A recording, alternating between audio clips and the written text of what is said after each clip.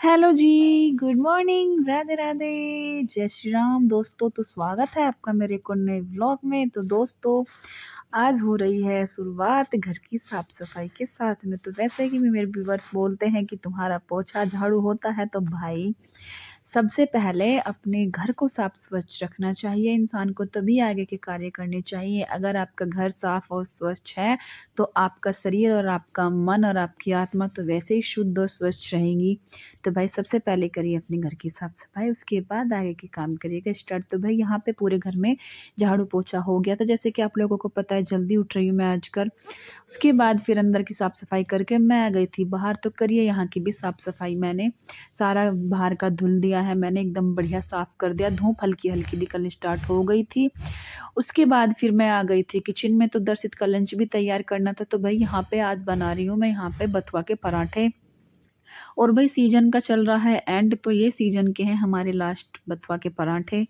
तो ये देखो भाई, सबसे पहले मैं कर रही हूँ बथुआ की साफ सफाई अच्छे तरीके से। तो जो बेकार बेकार है उनको कट करके साइड में रख रही हूँ, और जो अच्छे हैं बढ़िया हैं उनको मैं रख रही हूँ साइड में एक बास्केट में यहाँ पे। और फिर उसके बाद सारे बढ़िया तरीके से साफ सफाई करने की फिर मैं इनकी जो जो मतलब जो भी छोटी मोटी डंठल थी वो सब काट काट के रख रही थी साइड में। और जो भी मतलब हमारे बथुआ के पत्ते थे उनको रख रही थी मैं अंदर टोकरी में। उसके बाद फिर मैं यहाँ पे आ गई थी इनको साफ करने के लिए। तो ये देखो मैंने यहाँ पे साफ करना कर दिया था स्टार्ट, क्योंकि भाई खेत से आते हैं तो इनमें मिट्टी वगैरह कुछ फिर मतलब फालतू वालतू की घासें रहती हैं, तो वो साफ सफाई करनी बहुत ज़्यादा ज़रूरी है। तो अच्छे तरीके से 2-3 बार इसको कर लूँगी मैं साफ बढ़िया तरीके से। तो जो भी इसकी मिट्टी जो भी गंदगी थी सबको मैं बढ़िया तरीके से एकदम फर्स्ट क्लास कर देंगे इसको साफ। और ये सबको साफ करने के लिए उसके बाद मैं फिर कुकर में इसको चढ़ा दूंगी। तो यहाँ पे कुकर में मैं लगवा दूंगी सीटी, और 1 या 2 सीटी भी लगती है, बस इसमें ज़्यादा सीटी की ज़रूरत नहीं पड़ती है। तो इतने इसमें सीटी लगेगी, तब तक मैं नहाने के लिए चली जाऊंगी। उसके बाद फिर यहाँ पे मैं लग गई थी पराठे बनाने के लिए। तो देख सकते हो फूले फूले पराठे बन रहे एकदम मस्त मस्त। तो यहाँ पे हो चुके हैं बथुआ के पराठे बनने स्टार्ट। और दर्शित ने पहले बोला था मैगी, मैंने फिर उसको बताया बथुआ के पराठे बन रहे, तो उसने फिर मना कर दिया। ये देखो यहाँ पे मैंने ये रखा हुआ था थोड़ा सा, और अब मैं बना रही हूँ यहाँ पे रोटियाँ। तो भर के बना रही थी मैं अंदर इसमें बथुआ, और मैंने कुछ आटे में भी मिक्स कर लिया था, और थोड़ा सा मैंने मतलब इसके भरते के लिए अंदर भरने के लिए भी अलग से बना लिया था। तो मैं देखो आप लोगों को दिखाऊंगी कि मैं किस तरीके से बथुआ मतलब अंदर भर के इसमें आटे में तब बनाती हूँ। तो ये पराठा बन के हो चुका है सिक के एकदम तैयार, और ये वाला हमने इस पर डाल दिया तवे पे। और अभी मैं आपको एक दिखाऊंगी। तो भाई फिलहाल यहाँ पे इसको हम कर लेते हैं। तो यहाँ पे करते हैं हम बनाना स्टार्ट।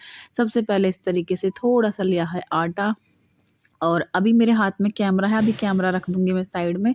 फिर आप लोगों को मैं और अच्छे तरीके से दिखाऊंगी किस तरीके से मैं इसको भर के बनाती। छोटे से ये लट्टू सा लेके इसकी मतलब फिलिंग बोलते हैं इसको। और ये तो देखो भाई भाई इसको इस इस तरीके तरीके से। से लेके और इस तरीके से हम बंद कर देंगे, ठीक। और फिर हम इसको ऐसे ऐसे गोल गोल घुमाएंगे।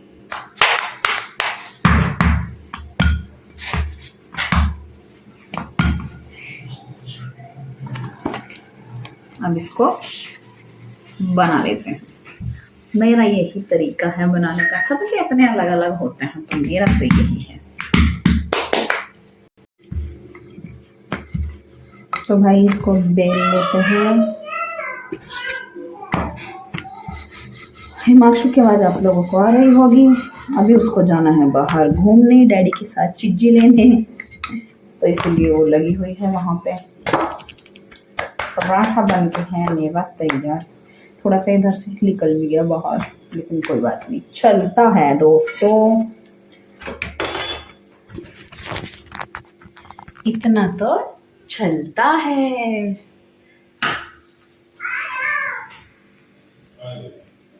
चलिए बनाते हैं, मिलते हैं आप लोगों से बनाने के बाद।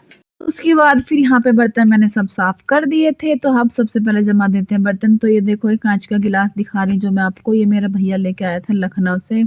तो भैया मेरे लिए भी लेके आया था और घर के लिए भी लेके आया था। तो मैंने ये संभाल के, और यहाँ पे अब उसके बाद सारे बर्तनों को एक एक एक एक करके जमा दूंगी सभी को जहाँ जहाँ इनको रखना था। और इस समय मेरी तबीयत खराब हो रही थी, मैंने सोचा आराम लग जाएगा लग जाएगा लग जाएगा, यही सोच रही थी। और साथ में काम भी कर रही थी, क्योंकि भाई काम भी करना जरूरी है। तो बच्चों का यही रहता है। दर्शित तो देखो भाई जा चुका है स्कूल, उसका पहला पराठा बना के पैक कर दिया था और उसको वो छोड़ कर आ गए थे। उसके बाद बाकी का मैंने काम ख़त्म करा। उसके बाद बारी आ गई थी स्लिप वगैरह, गैस वगैरह को साफ़ करने की। तो ये वाली भी साफ़ सफाई हो जाएगी हमारी फिनिश, तो इसको भी कर लेते हैं। पहले बढ़िया तरीके से स्लिप को साफ़ कर लेते हैं। और इस समय वाइप्स मेरे को बहुत ज़्यादा मेरे काम में आ रहे हैं, तो भाई मेरा आधे से ज़्यादा काम ख़त्म हो जाता है। वैसे तो टॉवल से करती हूँ, लेकिन टॉवल से फिर भी ये रहता है, जैसे वाइप से मैं एक बार गंदगी साफ़ कर देती हूँ ना, तो फिर टॉवल से मैं आराम से कर देती हूँ, तो मेरा टॉवल 2-3 दिन आराम से चल जाता है। वरना अगर मैं डायरेक्ट टॉवल से करूँगी तो फिर वही रहता है कि डेली का होना होता है, तो भाई साफ़ करना होता है। तो इसलिए मैं ऊपर से पहले वाइप से ले लेती हूँ, मोटी-मोटी जो गंदगी होती है, बाकी का मैं टॉवल से कर देती हूँ। फिर 2 दिन में मैं टॉवल एक बार धो देती हूँ। तो भाई इसी के साथ साफ-सफाई करके मैंने रेस्ट किया। उसके बाद वो आ गए थे वहाँ से हॉस्पिटल से अपनी ड्यूटी से, मेरी हो रही थी तबीयत खराब, फिर ये मेरे को लेकर पहुँचे सीधा हॉस्पिटल में। तो यहाँ पे इन्होंने मेरा नंबर लगवा दिया था फ़ोन करके, और मेरे आज सर में इतना ज़्यादा दर्द हो रहा था कि भाई मेरे पे बर्दाश्त नहीं हो रहा था। तो मैंने इनसे बोला कि मेरे सारे चेकअप करा दीजिए आप, मेरी आँखें भी चेक करा दीजिए और मेरे सर का चेकअप कराइए, क्योंकि मेरे दर्द बहुत ज़्यादा बढ़ता है, जिसकी वज़ह से मेरी आँखों में स्वेलिंग भी आ जाती है।